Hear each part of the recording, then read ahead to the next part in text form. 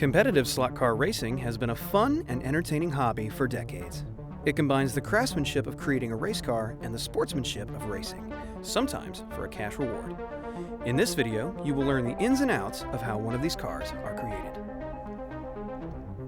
The first step will be to choose the body for your car. It can be painted and decorated in any way that you see fit. The body can come from nearly any model car kit, but must be attached to the frame with a chassis kit.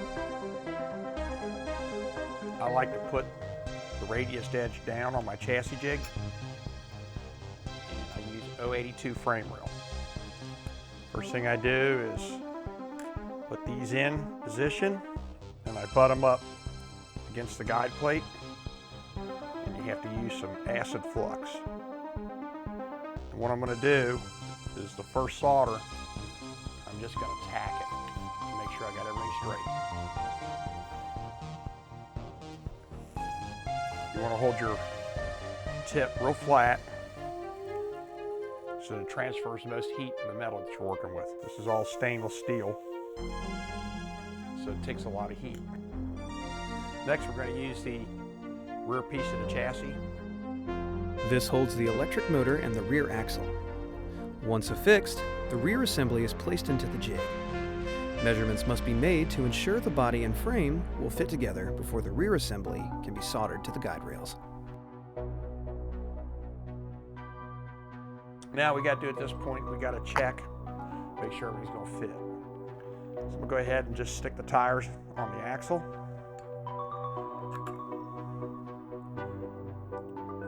You don't have to be tight or anything, we're just looking.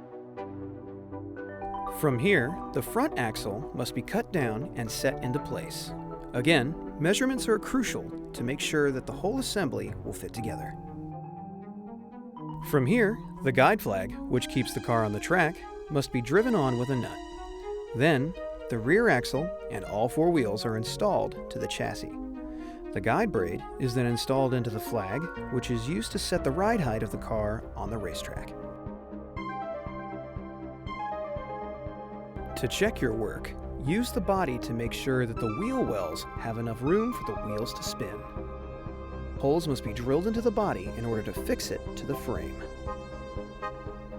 With the chassis and its mounting complete, the electric motor must be installed. With the gears in place, the motor will drive the rear axle to propel the car down the track. A lead wire is soldered to the motor in order for it to be powered. Slot cars do not have an internal power source, so they draw electricity from the track itself. Now that the car has a chassis, body, and motor, it is ready to be tested and raced. Most drag races involving slot cars use a bracket racing system that involves dialing in the car.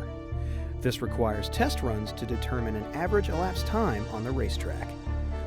Slower cars may be given a head start in order to allow them to compete with faster cars.